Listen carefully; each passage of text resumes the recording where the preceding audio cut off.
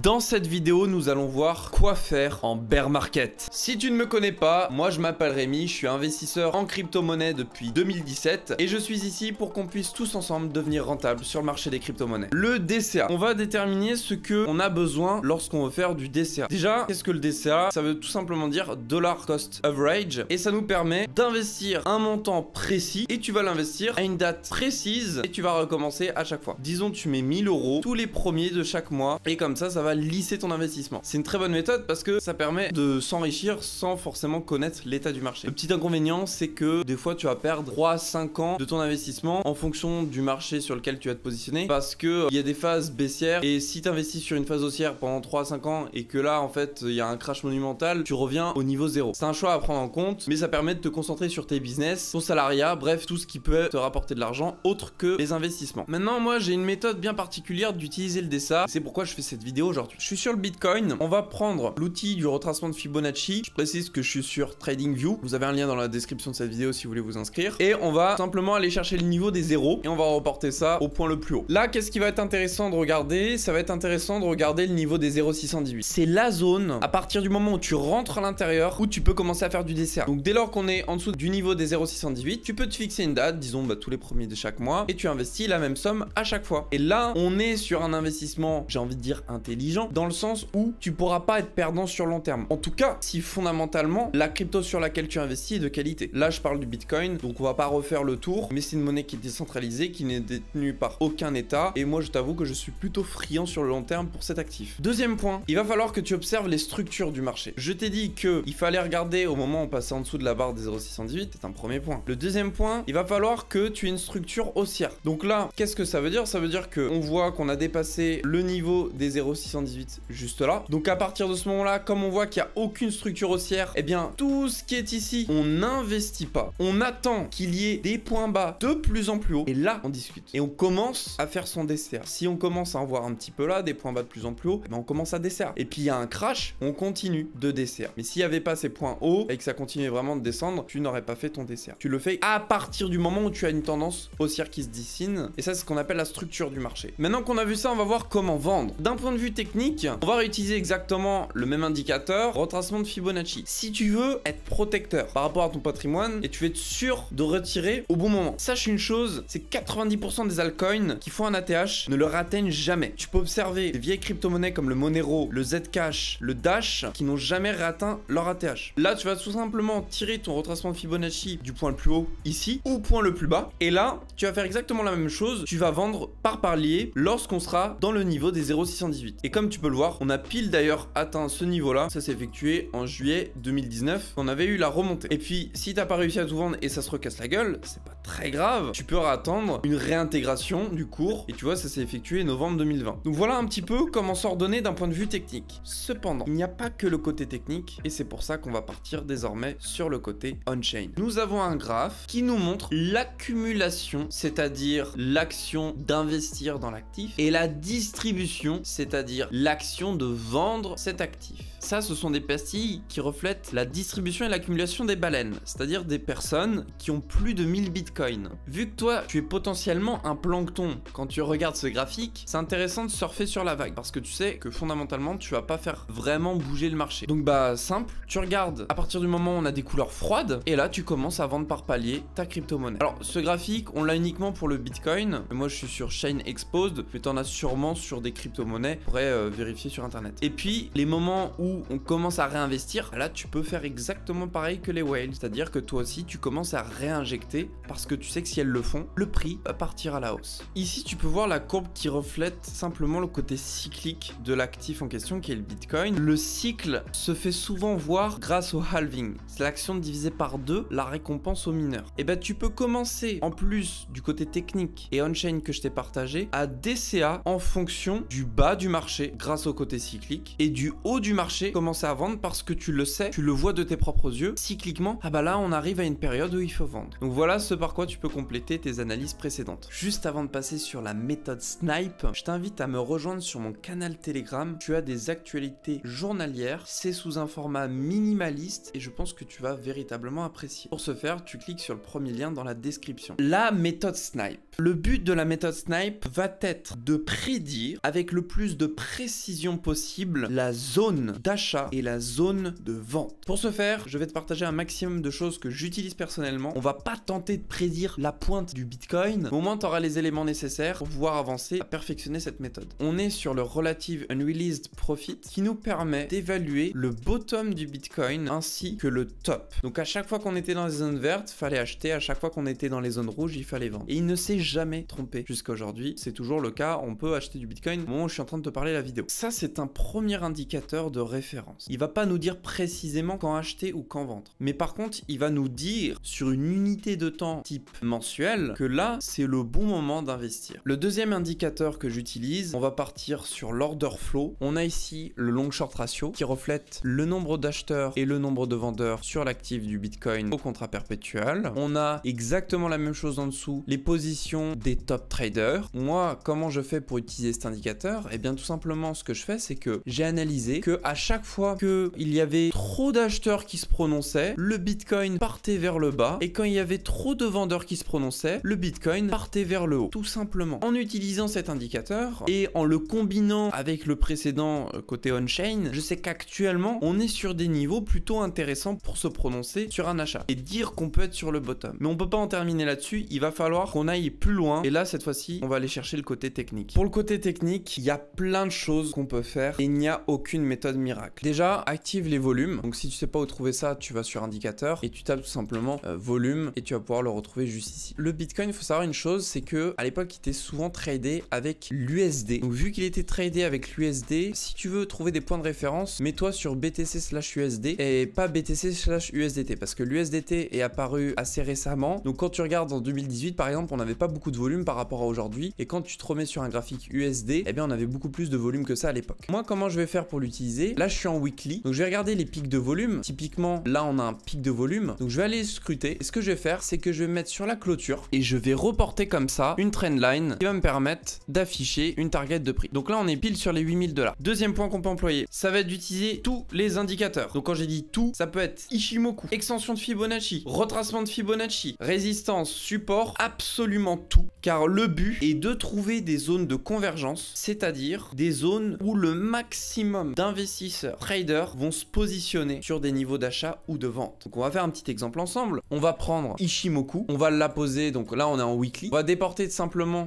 les trendlines qu'on a juste ici. En plus de ça, on va se mettre en annuel. On va reporter également les clôtures. Donc on voit qu'on a une clôture ici. On voit qu'on a une clôture juste ici. J'utilise mon retracement de Fibonacci en le mettant du point le plus bas qu'on connaît juste ici, décembre 2018, jusqu'au point le plus haut, 69 000 $. Je peux également utiliser des extensions de Fibonacci. Voilà. Alors j'en ai pas terminé, mais vu comme ça, ça te permet en fait d'avoir tellement de convergence sur des niveaux. Par exemple, typiquement celui-ci. Et tu sais que entre les 10 000 $ et les 6 300 $, il y aura énormément d'acheteurs qui vont se prononcer tellement que le prix du Bitcoin va véritablement avoir du mal à passer en dessous. On peut pousser les choses parce que là, je l'ai fait en hebdomadaire, je l'ai fait en mensuel. C'est que tu fasses exactement la même chose. Et en hebdomadaire, et en journalier, et en H4, et en H1, tu auras les targets les plus précises pour pouvoir acheter ou vendre le Bitcoin. Donc un petit point, quand je te parle de méthode snipe, je ne dis pas de faire all-in. Ce que je dis, c'est que là, on va pouvoir optimiser le point d'achat pour conserver son patrimoine au lieu de l'investir chaque mois. L'utiliser donc sur d'autres méthodes qui te rapportent de l'argent. Et ensuite, quand tu sais qu'on est pile sur le niveau d'achat que tu as étudié, bah là, t'injectes. Et tu peux garder 50% de ton patrimoine en stablecoin ou 30%, ce qui permet, au cas où tu te serais trompé, bah, de réinvestir encore plus bas. Donc tu sais quoi faire maintenant en bear market. Tout ce que je t'ai montré, c'est ce que j'utilise. Je rappelle que les 50 USDT qui étaient à gagner, j'avais fait un concours sur le Telegram, eh bien ils ont été remportés par